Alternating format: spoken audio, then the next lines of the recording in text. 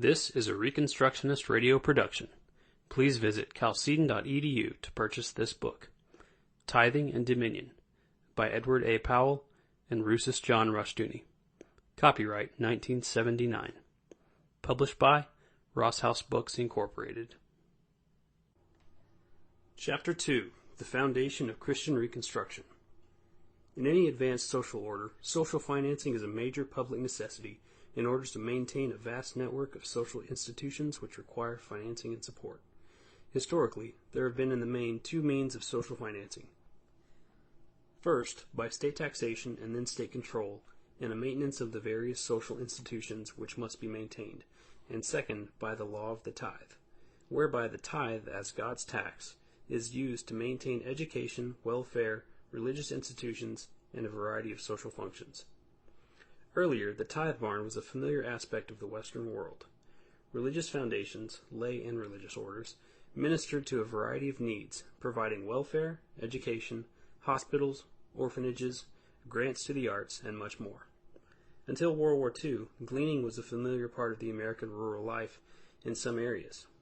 Organizations like Goodwill Industries had applied the gleaning principle to urban life. Education as a state function is a relatively modern concept. Through the Depression of 1907, welfare in the U.S. was taken care of by the churches, foundations, and various similar agencies. It was Pendergast in Kansas City who saw the political potentialities of welfare as an instrument of political power and instituted the first tax-supported welfare program. Other civil units saw the possibilities of political power and welfare and quickly followed suit. The law of the tithe was gradually eliminated in America over Washington's disagreement and gradually replaced by state taxes, in particular the previously unknown property tax. The revolutionary ferment from Europe was largely behind the desire for state action. After 1860, this revolutionary influence merged with still another influence, Darwin's doctrine of evolution. Social Darwinism led to the application of ruthless egoism, as against Christian faith, to the economic world, and the robber barons emerged. In a congressional investigation during President Buchanan's term, members of Congress referred to Vanderbilt not as a capitalist. In fact, they denied him that title. He was a government manipulator, i.e. his wealth came from government contracts gained by manipulating politicians. But with social Darwinism, the new breed began to deny all social responsibility and formed a working alliance with the state in order to exploit the people and all natural resources. Since then, this socialistic alliance of big business with big government has added to itself big labor, big foundations, and statist education to make up our modern establishment, with big churches as the chaplains of this new order. We are dealing with amoral power today, power which allies itself with power against the weak. As a result, socialism is the best means ever devised to give more power to the powerful and to make the rich richer. There are, incidentally, more millionaires in the Soviet Union today than in Russia under the Tsars, but the middle class is gone, and the workers are far poorer. Social Darwinism meant a denial of social responsibilities by the socialist industrialists.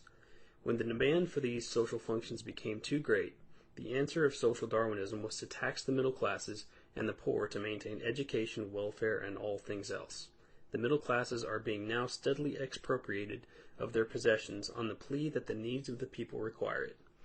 True, the needs of the people do require something, but the statist something is the destruction, first of the middle classes to provide for the lower classes, second, the destruction of the lower classes to provide for the state, and third, civil war within the establishment as social cannibalism sets in. Socialism, moreover, because it is by nature a parasitic economy, is also imperialistic. It exercises an imperial confiscation towards its people, and it must also expand and get fresh territories in order to gain fresh resources.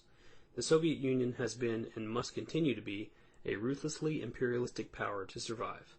A parasite, when it destroys one host body, requires another to survive. The social functions of statism, of socialism, are thus aspects of its imperialism and parasitism. When the state assumes social functions, its purpose is statist. The state is more concerned with its survival than with the survival of some people or a class of people. The statist assumption of social functions removes responsibility from the people and promotes social isolation. The statist talks largely about loving mankind, but acts in actual contempt of man. He accuses the Orthodox Christian of holding to a low view of man because the Christian believes man is a sinner, but Christians hold that man is a responsible sinner, not a conditioned reflex. It is the Christian who requires man to be responsible, whereas the statist makes the state responsible. The tithe has a major social function which needs restoring. It is futile to rail against statism if we have no alternative to the state assumption of social responsibilities. The Christian who tithes and sees that his tithe goes to godly causes is engaged in true social reconstruction. By his tithe money and his activity, he makes possible the development of Christian churches, schools, colleges, welfare agencies, and other necessary social functions. The negativists, who have merely campaigned against statism, have steadily lost ground since 1950. Those Christians who have concerned themselves with Christian Reconstruction have since 1950 established a vast number of Christian schools as well as other agencies.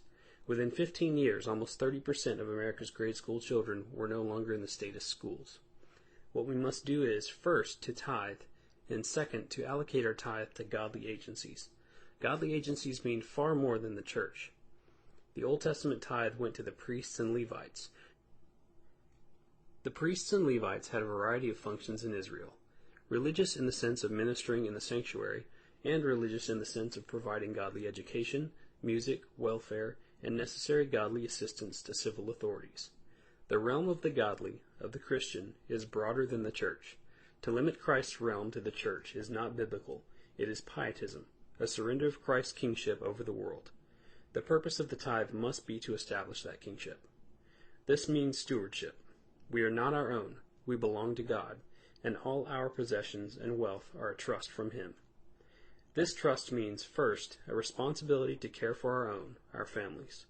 We have a responsibility under God to care for our parents and for our children. The family is the world's greatest welfare agency and the most successful. What the federal government has done in welfare is small and trifling compared to what the families of America do daily, caring for their own, relieving family distresses, providing medical care and education for one another, and so on. No civil government could begin to finance what the families underwrite daily. The Family's Welfare Program, for all its failures from time to time, is proportionately the world's most successful operation by an incomparable margin. Beyond a certain point, however, the family cannot care for its own without sin.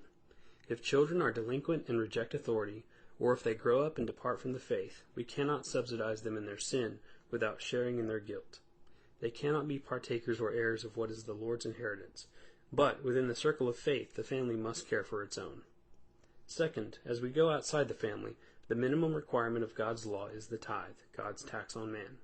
The tithe can be used as we, under God, feel led to use it, provided always the receiving agencies are doing the Lord's work in their areas.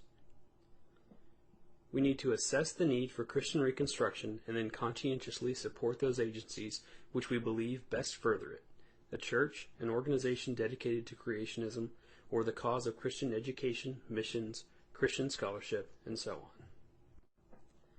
In all this, we must be mindful that the cause is reconstruction. We have an obligation under God to bring all things into captivity to Christ, and under His dominion to establish Christian order. Too many Christians are engaged in fighting a local, small battle, if they are fighting at all. But we are in the midst of total war, and must be engaged with total dedication and a total plan. Without this perspective, we waste much of our time, activity, and money. There are many who say, "How can I pay my taxes and still tithe?" Incidentally, many who are rich and many who are poor are tithing and still paying their taxes. But you have no alternative. Are you going to wait for the state to lower its taxes? The state will never lower its taxes, nor will the people permit it to, as long as the necessary social functions are left in the hands of the state. We have higher taxes because most people demand them, and they demand the services the taxes provide. People only oppose higher taxes for themselves.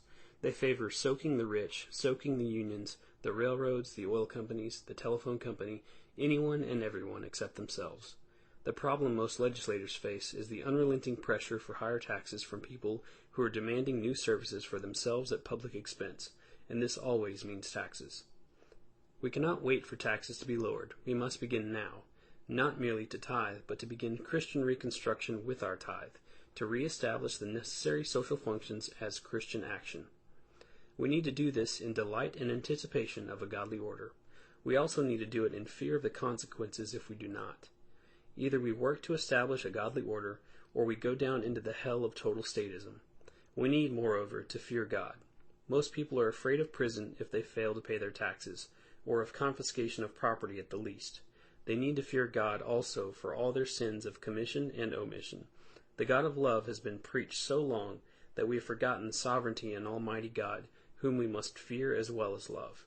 Shall we rob this God of his tithe, the tithe which is his ordinance for our own prosperity in terms of godly order? Yet we rob him when we deny him the tithe. Malachi 3:8-12. Let us therefore serve God in that true love which fears to offend his love, and let us work for Christian reconstruction in every sphere of our lives and our world.